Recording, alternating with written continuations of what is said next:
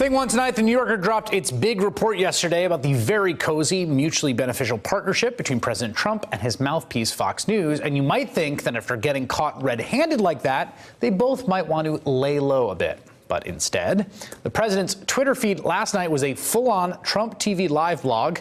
Long quotations of his favorite boosters, Sean Hannity and Tucker Carlson, and guests from appearances on multiple shows. I mean, he just watched them all. Even shared a clip of the auburn-haired Fox Business host Lou Dobbs. And if you listen closely, you can see how the perpetual Trump nonsense machine operates.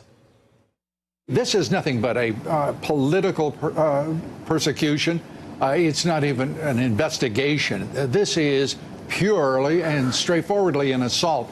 I want to talk about what these lazy, indolent, passive son-of-a-guns can do to respond to what is a clear declaration of war on the part of the radical Dems against the president and the American Republic. The Democrats' endless investigations, the hate Trump agenda is now hitting literally psychotic levels of derangement. I heard they actually subpoenaed the chef that makes the taco bowls over at Trump Tower. That's how dirty they're getting. It's revenge politics because Hillary lost. The only thing Trump obstructed was Hillary getting into the White House.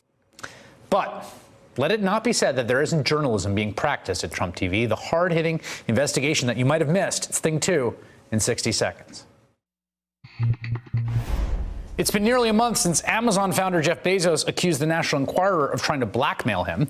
And although we don't know for sure, there's quite a bit of suspicion that the guy who runs the Enquirer, David Pecker, was going after Bezos as a way to please his longtime buddy and kind of business associate, really, President Donald Trump. Last night, Trump's second best investigative journalist friend had a blockbuster investigative report of his own. Hannity Watch, an investigation into the 2020 candidates. All right, time for Hannity Watch, our investigation into the 2020 candidates. This weekend, Senator Bernie Sanders kicked off his 2020 campaign in Brooklyn, wasted little time before revealing, well, more hypocrisy.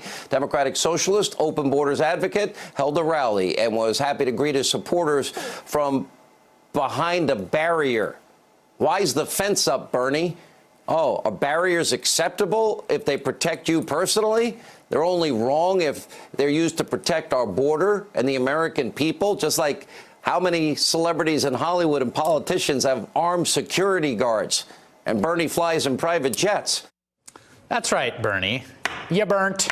Okay, this has been a Hannity Watch investigation, and all kidding aside, there are serious questions that need to be asked here, like, is that guy okay? And Hannity, how good is Hannity, he said. How good is Hannity?